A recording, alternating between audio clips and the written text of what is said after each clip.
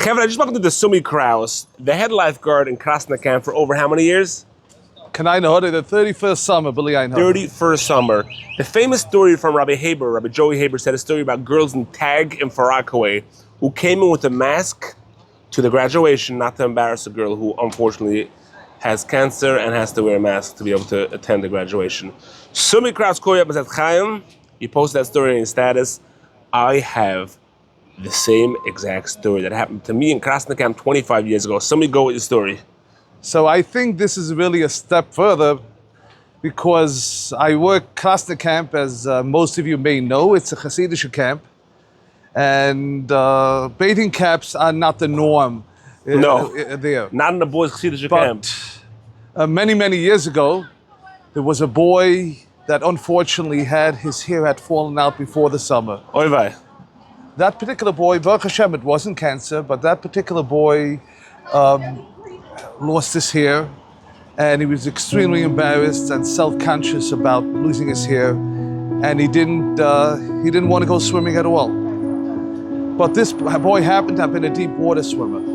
So the Hanhul of the camp, together with the parents and myself, we came up with the idea that everyone should be wearing a bathing cap.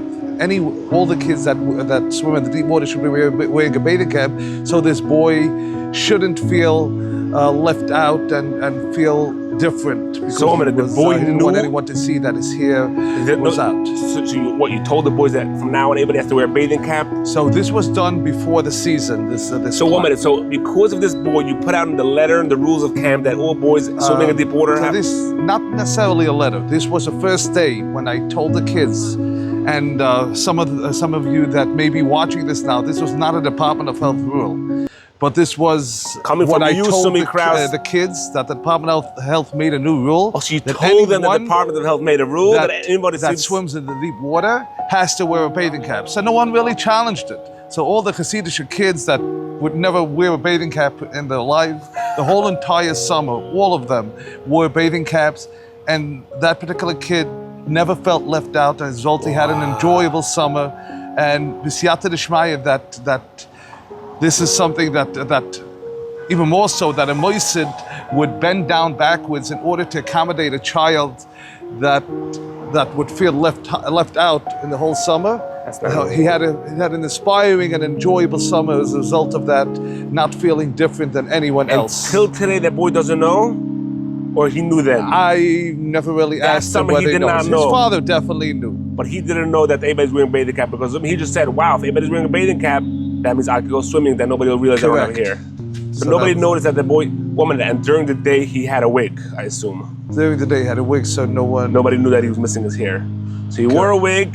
He couldn't go swimming because he didn't want anybody to see him take off his wig. Correct. But since everybody wore a bathing cap, he felt great going swimming, and nobody ever knew that that is unreal. Wow, so Moisid went, bent himself over backwards, put out a rule, a fake rule, that the Department of Health said you must wear a bathing cap, and all the kids in camp who went to water swimming had to wear a bathing cap. So that this one boy shouldn't be embarrassed when he goes swimming. This is that. What a MKY story. We're going now into the 9 days Tisha B'Av. This is a real story about one person's life could be changed by somebody thinking and using out his creativity in the right way. So them, this should bring the Gula Shalom. And just to go have one message, everyone, all of you can make such a difference in other people's lives.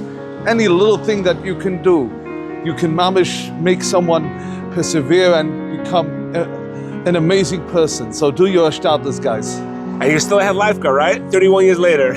Yeah. Keep it up. Another 31 years for you to go.